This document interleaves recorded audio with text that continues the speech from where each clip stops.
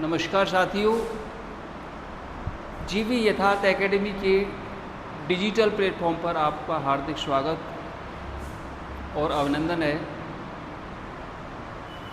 अभी आपका Indian modern history चल रहा है। अपन ने स्टार्ट किया था भारतीय राष्ट्रीय कांग्रेस की स्थापना से, क्योंकि भारतीय राष्ट्रीय आंदोलन का जो प्रारंभ माना जाता है वो 1885 में जब कांग्रेस की स्थापना हुई थी, तो 1885 से 1947 तक भारतीय राष्ट्रीय आंदोलन माना जाता है। तो अपन ने भारतीय राष्ट्रीय कांग्रेस की स्थापना पढ़ी, इसके बाद बंगाल का विभाजन, फिर स्वदेशी आंदोलन, उसके बाद कांग्रेस का सूरत अधिवेशन अर्थात कांग्रेस का विभाजन, इसके बाद मुस्लिम लीग की स्थापना, फिर 1909 का अधिनियम, 1909 का अधिनियम या मार्ले मिंटो सुधार। मार्ले मिंटो सुधार, यहाँ पर मिंटो कौन है? गवर्नर जनरल, और मार्ले कौन है? भारत सचिव। इन दोनों के नाम पर 1909 का अधिनियम था। तो 1909 के अधिनियम में मैंने कल आपको बहुत महत्वपूर्ण बातें बताई थी। 1909 के अधिनियम में सबसे जो महत्वपूर्ण बात थी, मुसलमानों के लिए भारत में पृथक सांप्रदायिक आरक्षण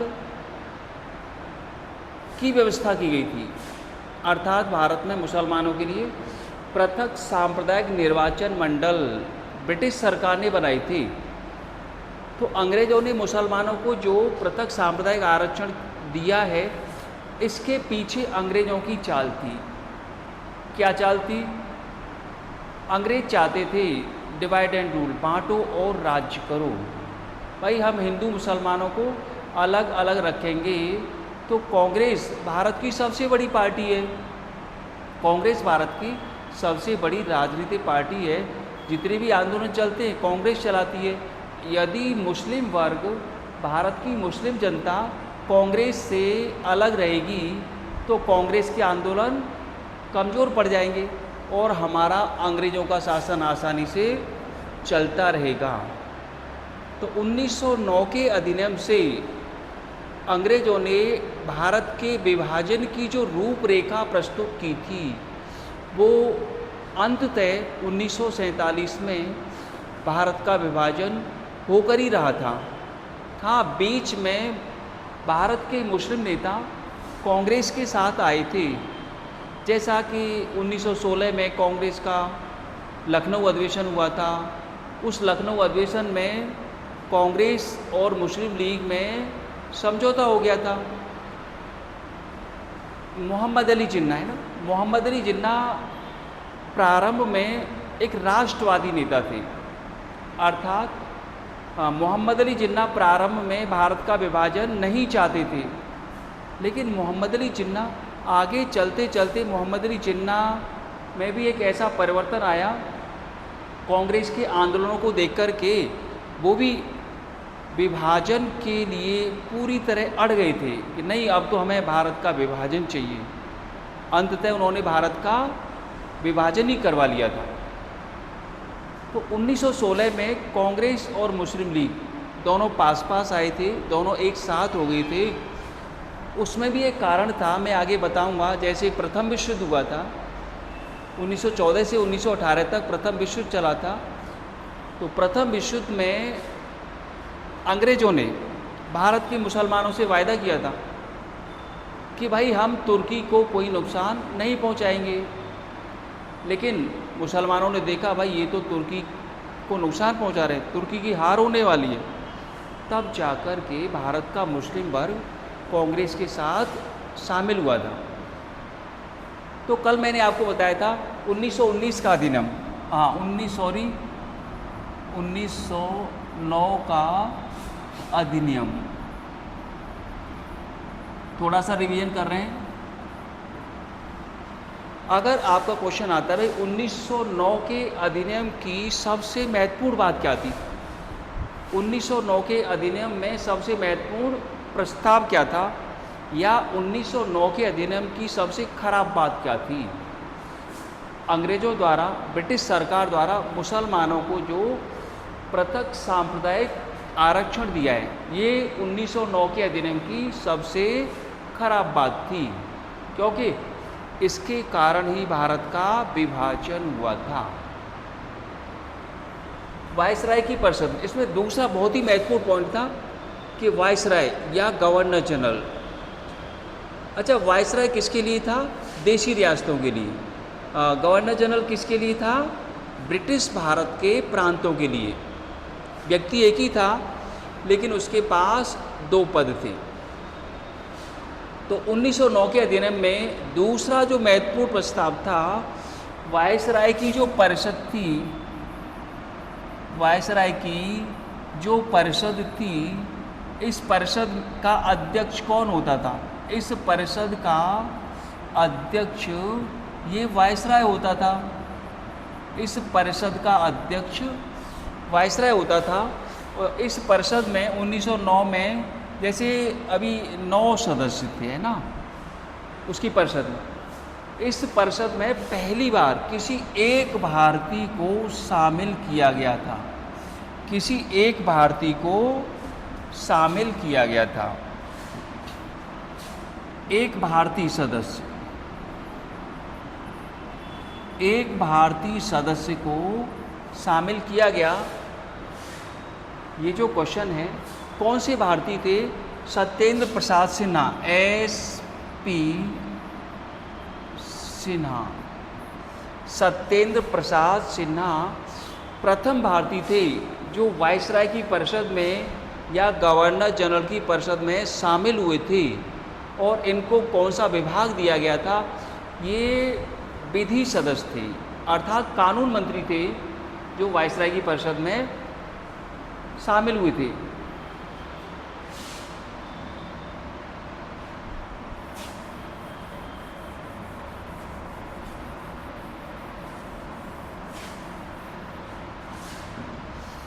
साथियों, आगे वाला टॉपिक है दिल्ली दरबार।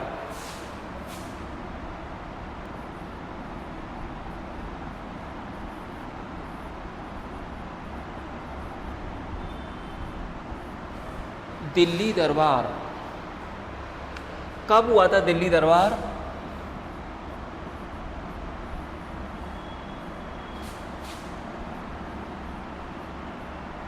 12 दिसंबर 1911। 12 दिसंबर 1911। तो लॉर्ड मिंटो जो भारत का वायसराय था, वो 1910 तक रहा था। 1906 से 1910 तक लॉर्ड मिंटो सेकंड भारत का वायसराय था। लेकिन अब 1911 की बात है, तो दिल्ली दरबार के समय भारत का गवर्नर जनरल कौन था?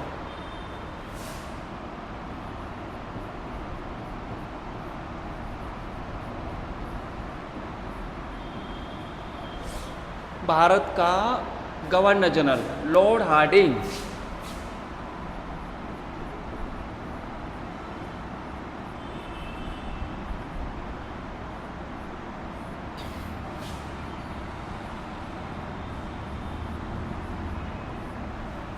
लॉर्ड हार्डिंग द्वितीय, लॉर्ड हार्डिंग सेकंड। कभी कभी लॉर्ड हार्डिंग भी मोस्टली आपके ऑप्शन में लॉर्ड हार्डिंग ही आता है, लेकिन वो असली लॉर्ड हार्डिंग द्वितीय था, जो भारत का गवर्नर जनरल था। इसका कार्यकाल कब से कब तक था?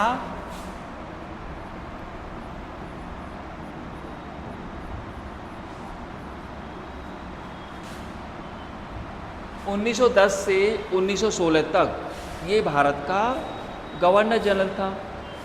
इसके समय में दिल्ली दरबार का आयोजन हुआ था। अच्छा, दिल्ली दरबार का आयोजन क्यों किया था? लॉर्ड हार्डिंग ने दिल्ली दरबार का आयोजन क्यों किया था? मैंने आपको बताया था 1905 में भारत का गवर्नर जनरल था लॉर्ड कर्जन। लॉर्ड कर्जन ने बंगाल का विभाजन किया था। लॉर्ड कर्जन ने बंगाल का विभाजन क्यों किया था? क्योंकि बंगाल उस समय भारत में राष्ट्रवाद का या बंगाल में राष्ट्रीय चेतना, वहाँ की जनता में अंग्रेज विरोधी भावना बहुत ज़्यादा थी, इसीलिए लॉर्ड कर्जन ने बंगाल का विभाजन कर दिया था। लेकिन बंगाल विभाजन का इतना अधिक विरोध हुआ था कि बंगाल विभाजन के विरोध में स्वदेशी आंदोलन चलाया गया था। बंगाल की जनता ने स्वदेशी आंदोलन चलाया था, अंग्रेज़ों की वस्तुओं का बहिष्कार किया था, विरोध किया था, अपनी स्वदेशी चीज़ों को अपनाया था। तो स्वदेशी आंदोलन बंगाल के अलावा जैसे दिल्ली, पंजाब, महाराष्ट्र, तमिलनाडु, आंध्र प्रदेश, इन क्षेत्रों में भी चलाया गया था। हाँ, तो बंगाल विभाजन का बहुत ज़्यादा विरोध हुआ। विरोध की जो खबर थी ब्रिटिश सरकार तक पहुंची, तो ब्रिटिश सरकार ने इसकी जांच के लिए एक कमेटी बनाई थी, अरुणडेल कमेटी।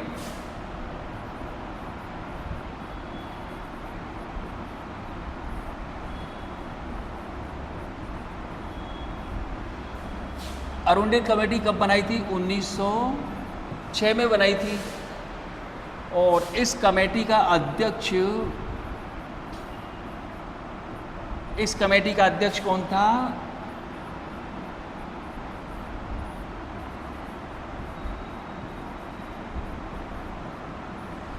George Arundale. इसी के नाम पर थी अरुणडेल कमेटी। अरुणडेल कमेटी का अध्यक्ष है जॉर्ज अरुणडेल। अरुणडेल कमेटी ने पूरी जांच की। ये कमेटी प्रशासनिक सुधारों की जांच के लिए बनाई थी। अरुणडेल कमेटी ने लास्ट में जांच करने के बाद अपने सुझाव क्या दिए? भाई बंगाल का विभाजन रद्द होना चाहिए। तो अरुणडेल कमेटी के सुझावों के आधार पर बंगाल का विभाजन रद्द कर दिया गया था। 1911 की बात है, दिल्ली दरबार के समय की बात है। ब्रिटिश सम्राट था जॉर्ज पंचम।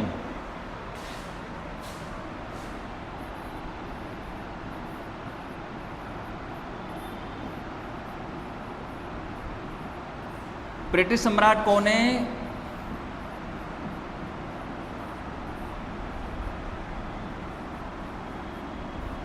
जॉर्ज पंचम। और इसकी पत्नी का नाम था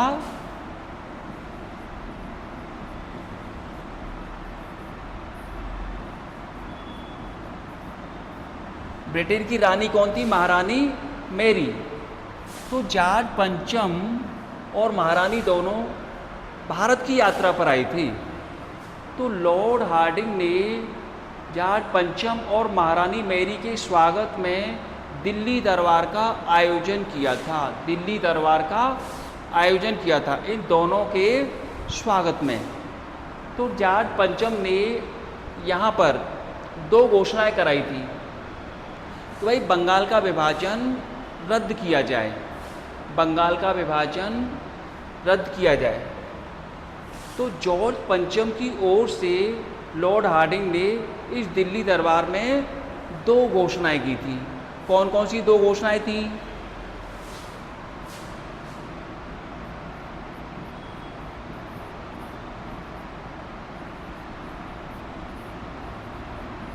जॉर्ज पंचम की ओर से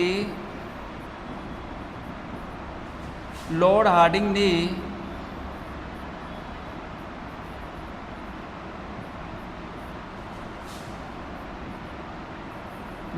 ने दिल्ली दरबार में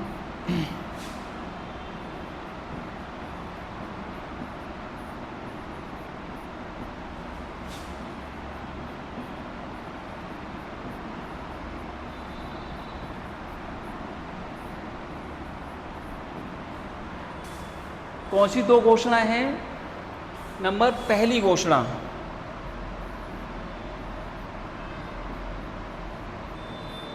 बंगाल का विभाजन रद्द किया जाएगा। पहली घोषणा क्या है? बंगाल का विभाजन रद्द किया जाएगा। और बंगाल का विभाजन किस तारीख को रद्द किया गया? 12 दिसंबर 1911 को। अतः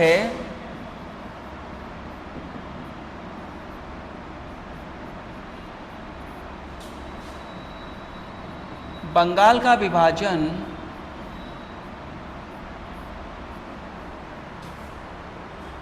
बंगाल का विभाजन 12 दिसंबर 1911 को रद्द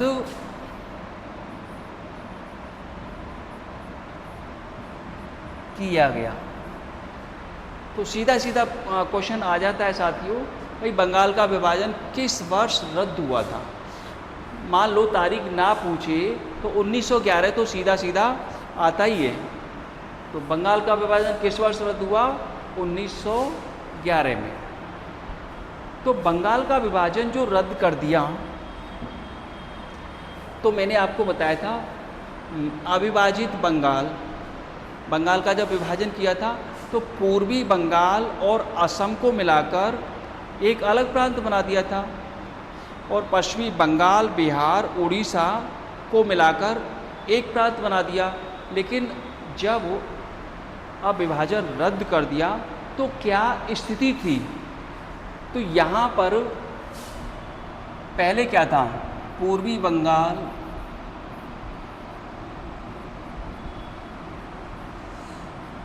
प्लस असम, ये तो एक प्रांत था। और दूसरा प्रांत क्या है?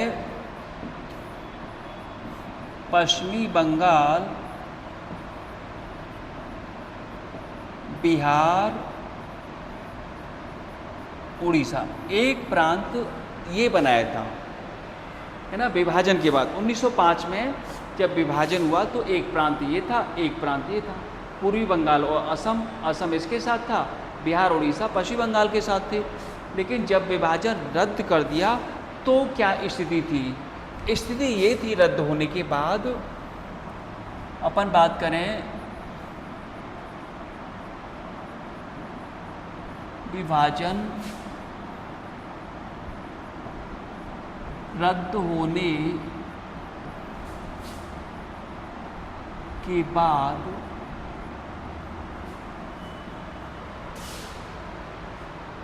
क्या स्थिति?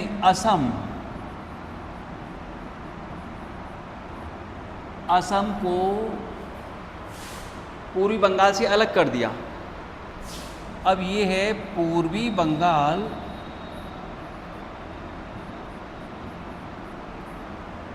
प्लस पश्चिमी बंगाल,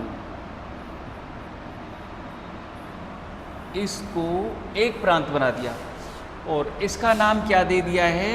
बंगाल। इसको नाम दे दिया है बंगाल। अब तीसरा कौन सा है? बिहार प्लस उड़ीसा।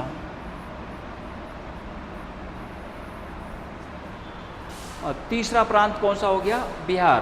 यहाँ पर जो इसको नाम दिया है वो बिहार नाम दिया है, ध्यान रखना। अभी उड़ीसा अलग प्रांत नहीं है साथियों, ध्यान रखना। अभी उड़ीसा स्वतंत्र प्रांत नहीं बना है, उड़ीसा बिहार में शामिल है। तो तीसरे प्रांत का नाम क्या है? बिहार। पूर्वी बंगाल, पश्चिमी बंगाल का नाम दिया है बंगाल। असम का नाम असम ही था। तो यहाँ पर विभाजन रद्द होने के बाद ये तीन प्रांत हो गए, असम, बंगाल और बिहार।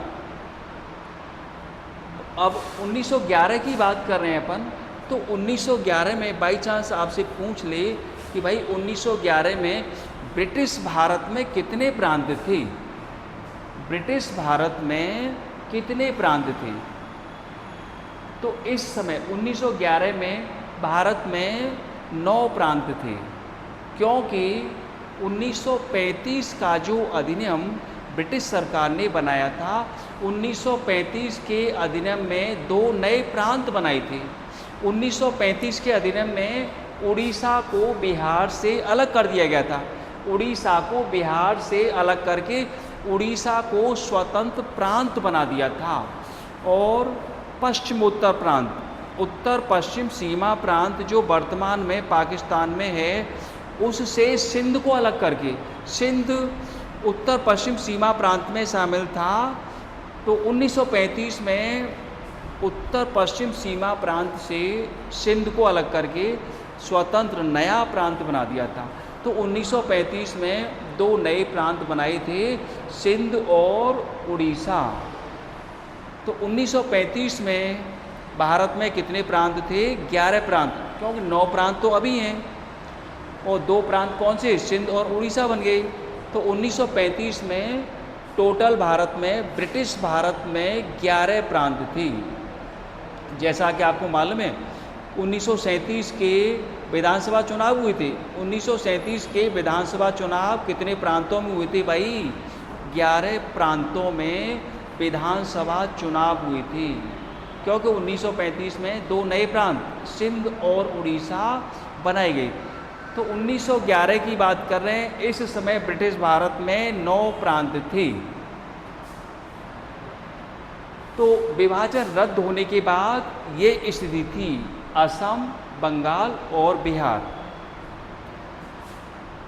2 प्रांत से कितने प्रांत बन गए? अब यहाँ 3 प्रांत बन गए। हाँ, पहला पॉइंट क्या है? दिल्ली दरबार में पहला पॉइंट क्या पढ़ा अपन ने? बंगाल का विभाजन रद्द किया गया। बंगाल का विभाजन, अब ये विभाजन रद्द होने के बाद ये स्थिति है। तो पहला पॉइंट क्या पढ़ा? बंगाल का विभाजन रद्द किया गया।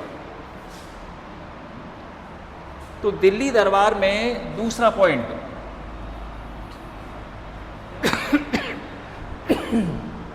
सॉरी, दिल्ली दरबार में दूसरा पॉइंट क्या है? भारत की राजधानी कलकत्ता के स्थान पर दिल्ली बनाई जाएगी।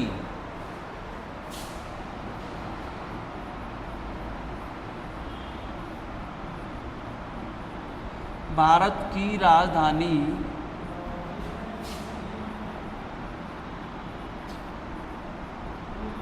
कलकत्ता के स्थान पर दिल्ली बनाई जाएगी। दिल्ली बनाई जाएगी। अच्छा साथियों, बताओ दिल्ली भारत की राजधानी किस तारीख को बनाई गई थी? देखो, दिल्ली भारत की राजधानी किस तारीख को बनाई गई थी? किस तारीख को बनाई गई थी? अतः 1 अप्रैल 1912 को भारत की राजधानी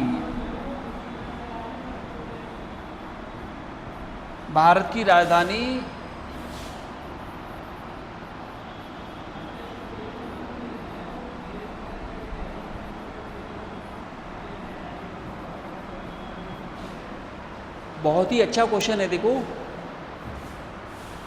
1 अप्रैल 1912 को भारत की राजधानी कहाँ बनाई गई? दिल्ली बनाई गई। अतः 1 अप्रैल 1912 से पहले भारत की राजधानी कहाँ पर थी? कलकत्ता थी। और 1 अप्रैल 1912 को भारत की राजधानी कहाँ पर हो गई? दिल्ली हो गई। तो 1 अप्रैल 1912 से अब तक भारत की राजधानी दिल्ली है। दोनों बहुत ही महत्वपूर्ण क्वेश्चन हैं कि बंगाल का विभाजन किस वर्ष रद्द किया गया? 1911। भारत की राजधानी कलकत्ता के स्थान पर दिल्ली कब बनाई गई? 1 अप्रैल 1912 को। दोनों क्वेश्चन बहुत अच्छे हैं। देखो, जॉर्ज पंचम और महारानी मैरी ये भारत की यात्रा पर आए थे। इन दोनों के स्वागत में लॉर्ड हार्डिंग ने दिल्ली दरबार का आयोजन किया था। तो देखो, राजस्थान के किसी भी पेपर में, चाहे आरएस प्री हो, चाहे first grade, second grade, REET, कोई सा भी हो, ये क्वेश्चन पूछ लेता है, भाई जॉर्ज पंचम और मैरी राजस्थान क्या घूमने आए थे? अगर घूमने आए थे तो कौन से शहरों में आई थी? तो यहाँ पर जॉर्ज पंचम और मैरी यहाँ पर अजमेर अजमेर घूमने आए थे। तो अपन आगे पढ़ते हैं।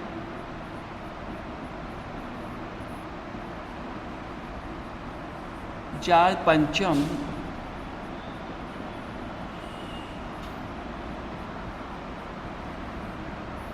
महारानी मैरी राजस्थान में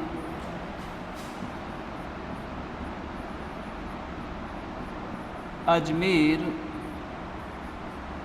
में पुष्कर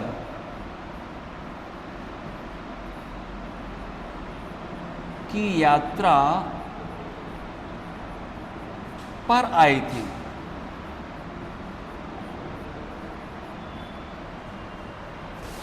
अच्छा क्वेश्चन है, पूछ सकता है जॉर्ज पंचम और मैरी राजस्थान में कहाँ पर आई थी? अजमेर में पुष्कर की यात्रा पर आई थी। तो साथियों ये था दिल्ली दरबार। दिल्ली दरबार में दो बहुत ही महत्वपूर्ण क्वेश्चन हैं।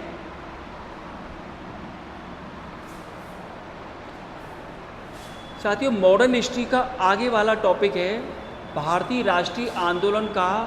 आगे वाला टॉपिक अपन पढ़ेंगे होम रूल आंदोलन, होम रूल मूवमेंट या स्वशासन आंदोलन। होम रूल आंदोलन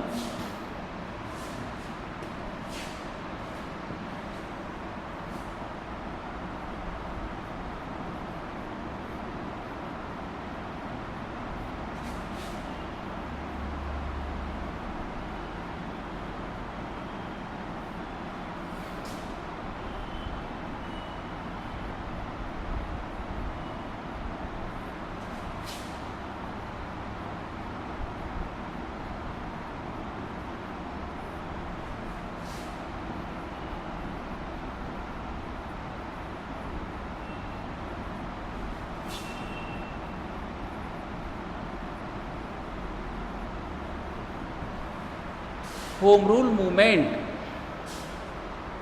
ये कब चलाया गया था?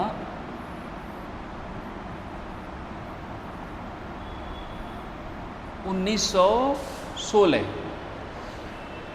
साथियों होम रूल आंदोलन चलाया गया था 1916 में। अब होम रूल आंदोलन के मुख्य नेता कौन थे?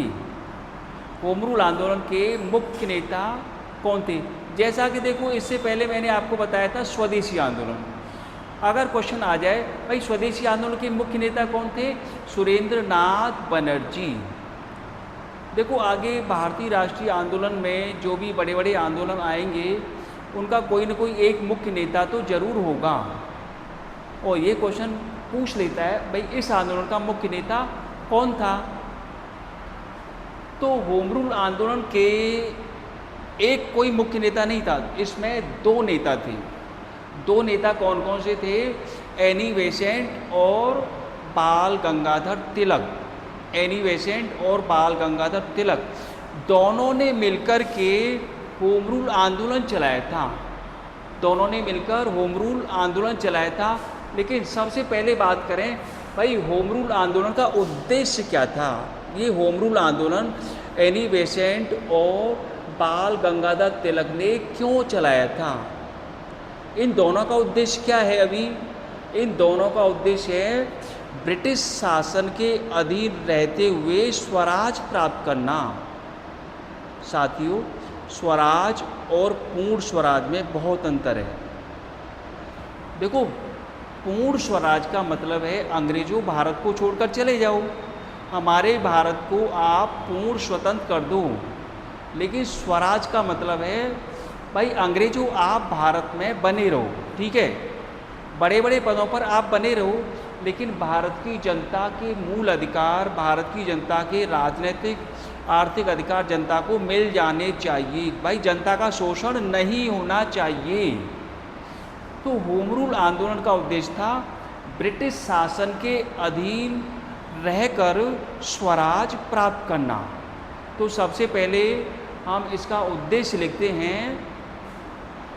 होम रूल आंदोलन का उद्देश्य,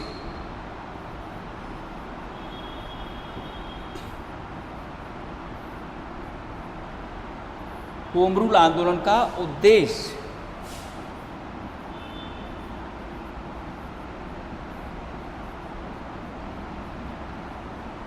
ब्रिटिश शासन के अधीन रहकर स्वराज प्राप्त करना।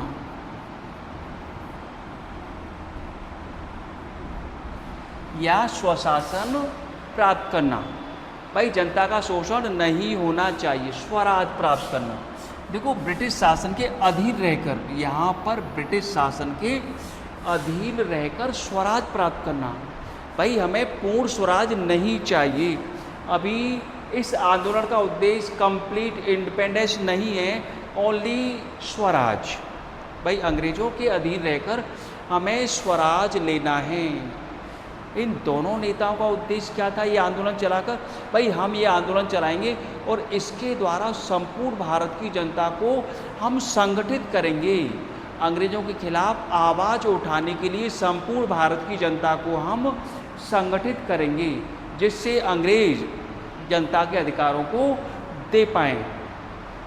तो सबसे पहले बात करें, भाई जैसे क्वेश्चन आ जाता है, फर्स्ट ग्रेड में क्वेश्चन आ चुका है कि होम रूल आंदोलन की योजना किसने बनाई थी। जैसे देखो तिलक और एनी बेसेंट, इसमें दो नेता हैं, लेकिन दोनों नेताओं में से इस आंदोलन की योजना किसने बनाई थी? तो आंदोलन की योजना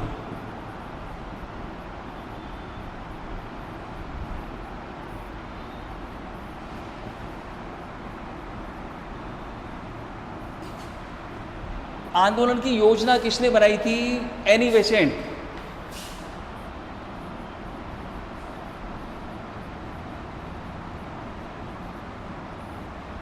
प्यारे साथियों ध्यान रखना, इस आंदोलन की योजना बनाई थी एनी बेसेंट। देखो अच्छा सब बात करें भाई, एनी बेसेंट देखो भारत की मूल निवासी नहीं थी, विदेशी थी। तो किस देश की रहने वाली थी? एनी बेसेंट पर चलो बात कर लेते हैं कि एनी बेसेंट किस देश की निवासी थी। ये आयरलैंड की निवासी थी।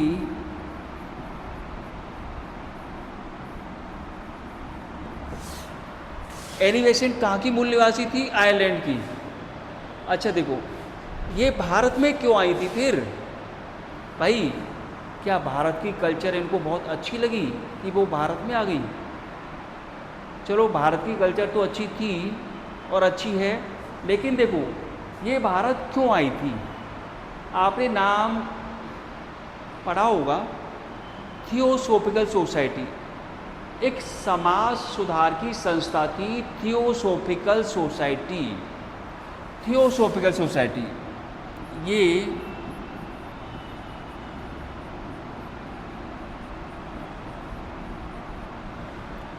थियोसॉफिकल सोसाइटी की सदस्य थी।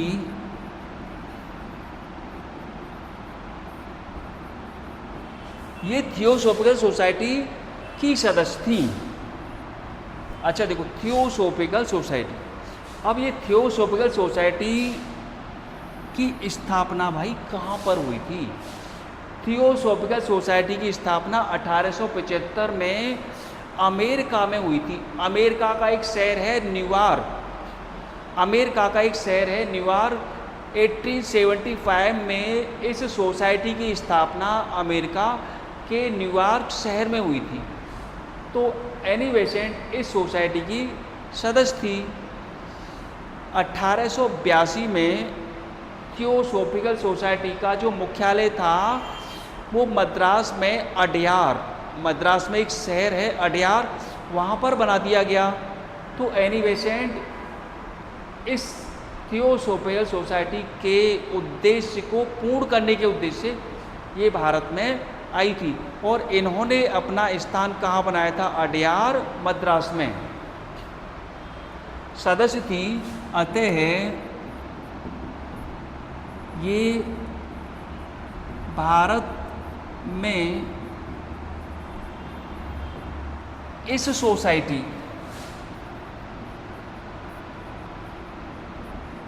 सोसाइटी का प्रचार प्रसार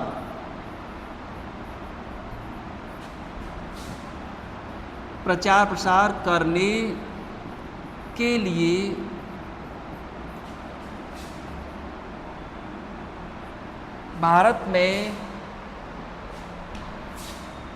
लिए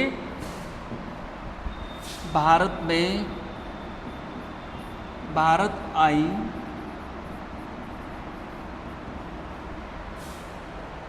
तो थियोसोफिकल सोसाइटी के प्रसार के लिए भारत में आई थी। इन्होंने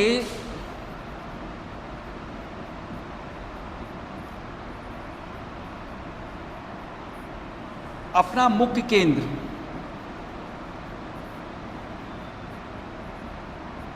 अडयार मद्रास, अडयार कहाँ पर है? मद्रास में बनाया था।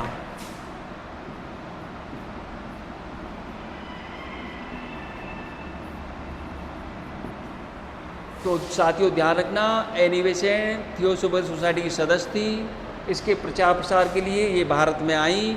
भारत की कल्चर अच्छी लगी तो इन्होंने भी देखा भाई यहाँ पर तो ब्रिटिश सरकार, अंग्रेज लोग यहाँ की जनता का शोषण कर रहे हैं। अरे भाई, जनता की भलाई के लिए अपने कुछ आंदोलन चलाए जाएं। आयरलैंड भी ब्रिटेन का एक उपनिवेश था। जैसे भारत ब्रिटेन का एक उपनिवेश था, आयरलैंड भी ब्रिटेन का एक उपनिवेश था। आयरलैंड पर भी ब्रिटेन का अधिकार था।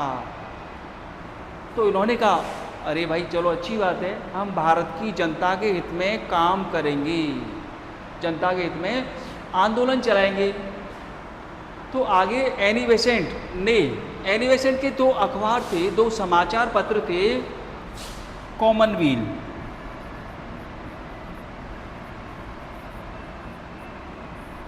कॉमनवील और न्यू इंडिया।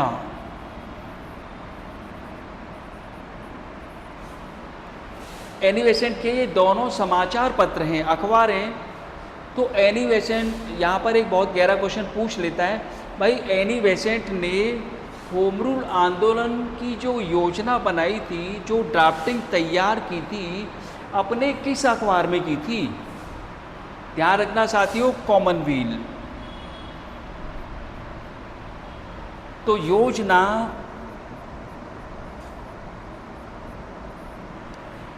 इन्होंने कौन सी अखबार में बनाई है? कॉमनवील में। तो ये योजना इन्होंने किस वर्ष बनाई थी? 1914 में।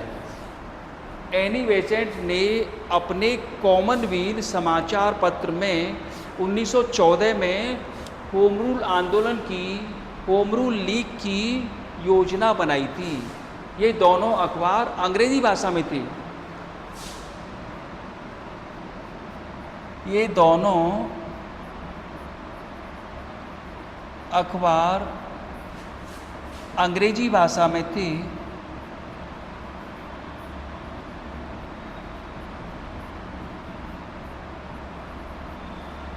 साथियों ध्यान रखना, कॉमनवील और न्यू इंडिया ये दोनों अखबार एनी बेसेंट के थे, अंग्रेजी भाषा में थे। और एनी बेसेंट ने योजना किस में बनाई है? कॉमनवील बनाई है। कहाँ पर बनाई है? अडयार में बनाई है। तो होम रूल लीग की जो ड्राफ्टिंग तैयार की गई थी वो कहाँ पर? अडयार में योजना बनाई गई। यहीं पर इस आंदोलन का क्या ड्राफ्ट तैयार किया गया था। तो अपन बात करेंगे अब आगे बाल गंगाधर तिलक। इस आंदोलन में दूसरे नेता, मुख्य नेता कौन है? बाल गंगाधर तिलक।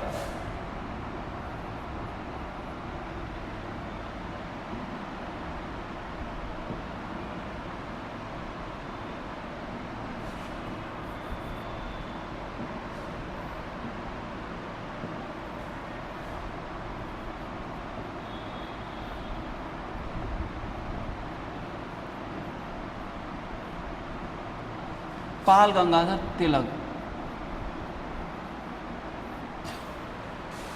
तिलक कांग्रेस में सबसे उग्र नेता थे।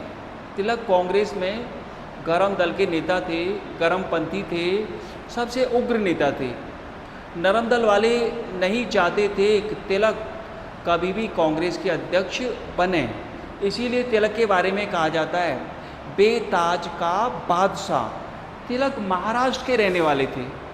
महाराष्ट्र में इन्होंने देखो 1893 में गणेश उत्सव, 1895 में शिवाजी उत्सव, ये दोनों मनाई थी। गणेश उत्सव और शिवाजी उत्सव मनाने का उद्देश्य तिलक का क्या था? देखो वैसे देखा जाए तो ये हिंदू धर्म के प्रति बहुत ज़्यादा कट्टर थे। हिंदू धर्म के प्रति बहुत ज़्यादा कट्टर थे। तो हिंदू धर्म का प्रचार प्रसार, जैसे इस्लाम, इसको कोई महत्व नहीं देते थे। तो एक तरह से ये भारत की जनता में हिंदू राष्ट्रवाद की भावना को जागृत करना चाहते थे। तो तिलक के भी दो अखबार थे। तिलक के भी दो अखबार थे। कौन कौन से दो अखबार थे? तिलक के दो अखबार,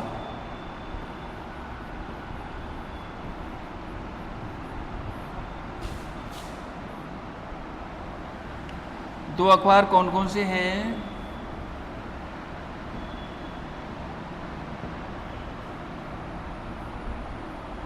पहला है केसरी और दूसरा है मराठा। पहला अखबार कौन सा है? केसरी, और दूसरा अखबार है मराठा। तिलक ने ये दोनों अखबार किस वर्ष निकाले थे? 1881 में प्रकाशित। ये दोनों अखबार तिलक ने 1881 में प्रकाशित कराए थे। ये दोनों अखबार प्रकाशित कराने में एक समाज सुधारक थे आगरकर। आगरकर का बहुत ज़्यादा योगदान था। तो केसरी और मराठा तिलक के बहुत अच्छे खासे अखबार थे। इन दोनों अखबारों की लैंग्वेज, इनकी भाषा अलग अलग थी। केसरी की भाषा क्या है? मराठी भाषा में था। केसरी किस भाषा में है? केसरी किस भाषा में है?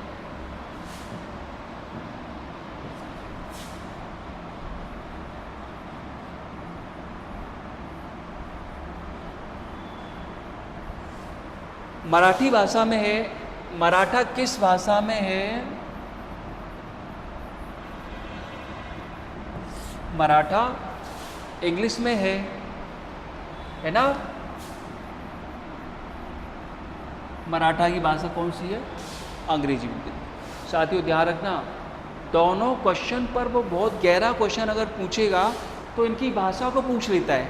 भाई केसरी मराठी भाषा में और मराठा अंग्रेजी भाषा में। तो तिलक अधिकतर अपने जो लेख लिखते थे अंग्रेज विरोधी, अंग्रेज सरकार की नीतियों के खिलाफ जो लेख लिखते थे अधिकतर वो अपने केसरी अखबार में लिखते थे। केसरी अखबार में लिखते थे। जैसा कि देखो, तो केसरी अखबार, क्योंकि केसरी मराठी भाषा में था और मराठी भाषा को महाराष्ट्र की जनता आसानी से समझ सकती थी, इसीलिए तिलक अपने अधिकतर लेख मराठी भाषा में लिखते थे। तो तिलक ने इन दोनों अखबारों के माध्यम से होम रूल आंदोलन का प्रचार प्रसार किया था। तो बात करें कि तिलक ने अपनी home rule league, Annie Besant और बाल गंगाधर तिलक दोनों ने मिलकर आंदोलन चलाया था। लेकिन साथियों, दोनों का जो आंदोलन था वो भारत में अलग अलग क्षेत्रों में चलाया गया था, अलग अलग क्षेत्रों में चलाया गया था। तो तिलक के वो अलग क्षेत्र कौन से थे और तिलक ने होम रूल आंदोलन किस तारीख को प्रारंभ किया था, किस वर्ष प्रारंभ किया था? तो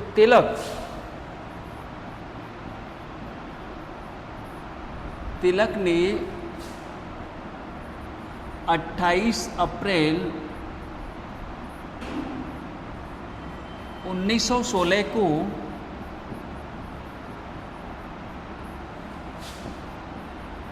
पूना, महाराष्ट्र में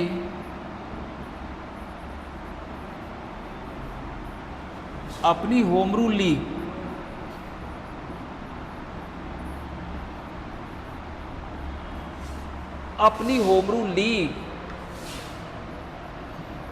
की स्थापना की थी।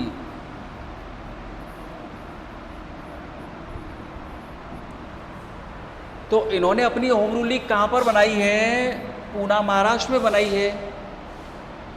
किस तारीख को बनाई, किस तारीख को स्टार्ट हुआ? 28 अप्रैल 1916 को। अच्छा देखो, तिलक की जो लीग थी, तिलक की ये जो होम रूल लीग है, ये छोटे क्षेत्र में चलाई गई थी एनी बेसेंट की अपेक्षा। तो तिलक की लीग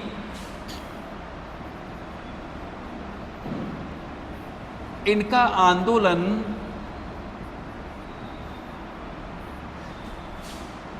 कर्नाटक, मध्य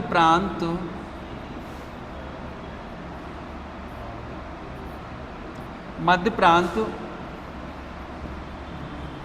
बरार और महाराष्ट्र,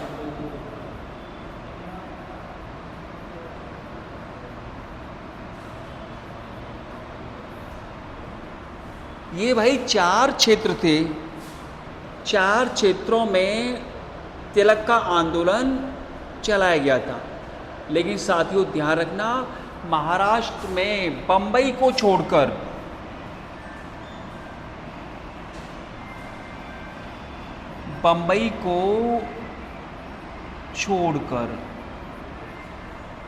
बम्बई में एनी बेसेंट का आंदोलन चल रहा था। ध्यान रखना, बम्बई में एनी बेसेंट का आंदोलन चल रहा था। तो तिलक के 4 क्षेत्र कर्नाटक, मध्य प्रांत, बरार और महाराष्ट्र, इन 4 क्षेत्रों में तिलक का आंदोलन चलाया गया था। अच्छा, तिलक की जो लीग थी, तिलक की लीग की कितनी शाखाएं थी? इनकी लीग की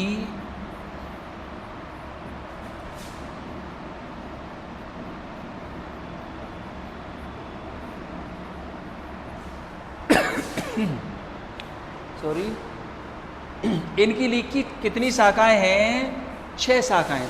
अर्थात इनका आंदोलन छोटा है, 6 शाखाएं हैं। अच्छा, तिलक ने अपनी जो होम रूल लीग बनाई है, अपनी होम रूल लीग का अध्यक्ष किसे बनाया था और सचिव किसे बनाया था? साथियों बहुत अच्छा क्वेश्चन है। तिलक ने अपनी होम रूल लीग का अध्यक्ष, इन्होंने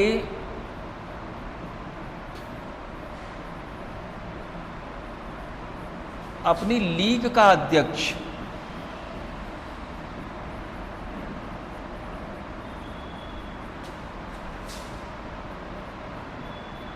जोसेफ बैपटिस्टा, इन्होंने अपनी लीग का अध्यक्ष किसे बनाया था? जोसेफ बैपटिस्टा। अच्छा, इन्होंने अपनी लीग का सचिव, इनकी लीग का सचिव कौन था? इनकी लीग का सचिव था NC केलकर।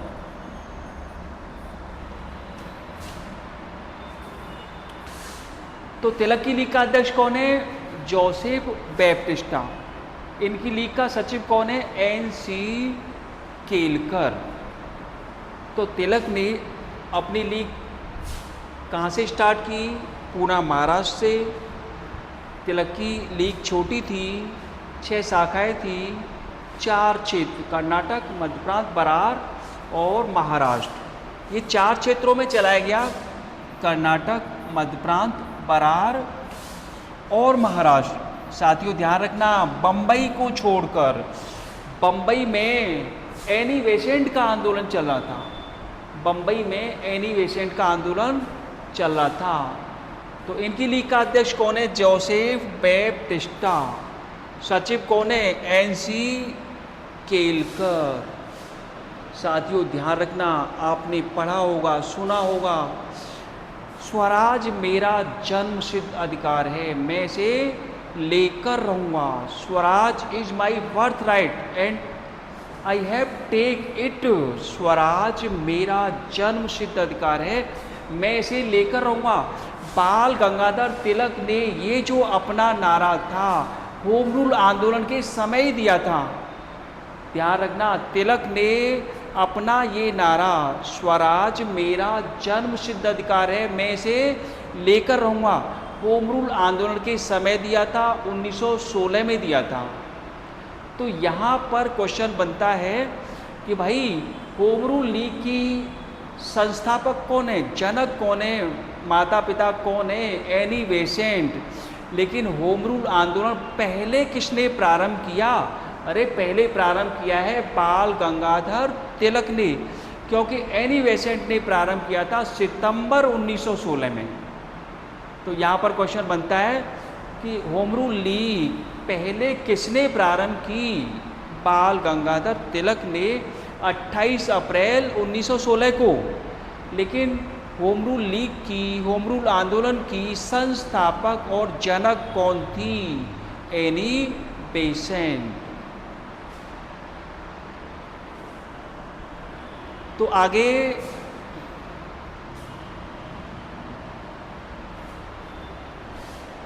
साथियों आज इतना ही। मुझे उम्मीद है बहुत अच्छी रही क्लास। धन्यवाद।